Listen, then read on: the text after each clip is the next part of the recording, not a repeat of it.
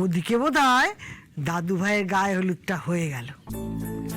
এবার তোর পালা দিদি ভাই, তোর এই অনুষ্ঠানটা আমাদের বাড়ির পেছনে উঠোনে হবে। কি ব্যাপার? না কি ব্যাপার?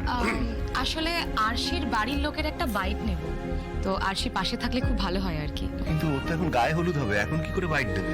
না না, মানে বেশিক্ষণ নেবো না, জাস্ট 2 মিনিট, মানে 2 মিনিটেই ছেড়ে দেবো। আসলে আরশির বাড়ির লোককে তো দর্শক চেনে না, তো আরশি যদি পাশে থাকে তাহলে ওই একটা রেফারেন্স হয় আর কি।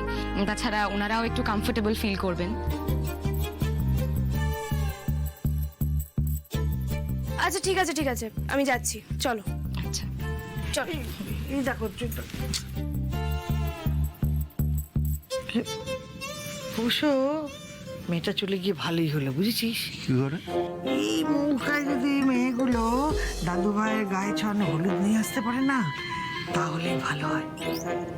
কিন্তু বড় খোকা, ওইখানে তো বড় বৌমা, মধুবনী এরা সব আছে, ওদের চোখে ধুলো দিয়ে মেয়েগুলোকে ওই হলুদ আনতে পারবে? পারবে পারবে, ওদের ওপর আমার পূর্ণ আস্থা আছে, ওরা ঠিক পারবে। কিন্তু আমার টেনশনটা হচ্ছে আরশিকে নিয়ে।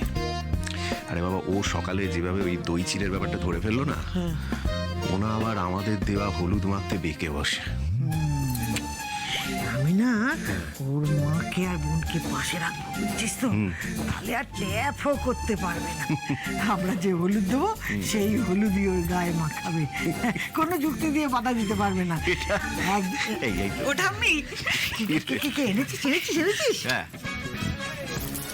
আরে কি ডান। এই বাটিটা না এবার ওই আরশির মায়ের হাতে তুলে দিলে, তাহলে ওই আরশির গায়ে হলুদ লাগাতে কেউ আটকাতে পারবে না।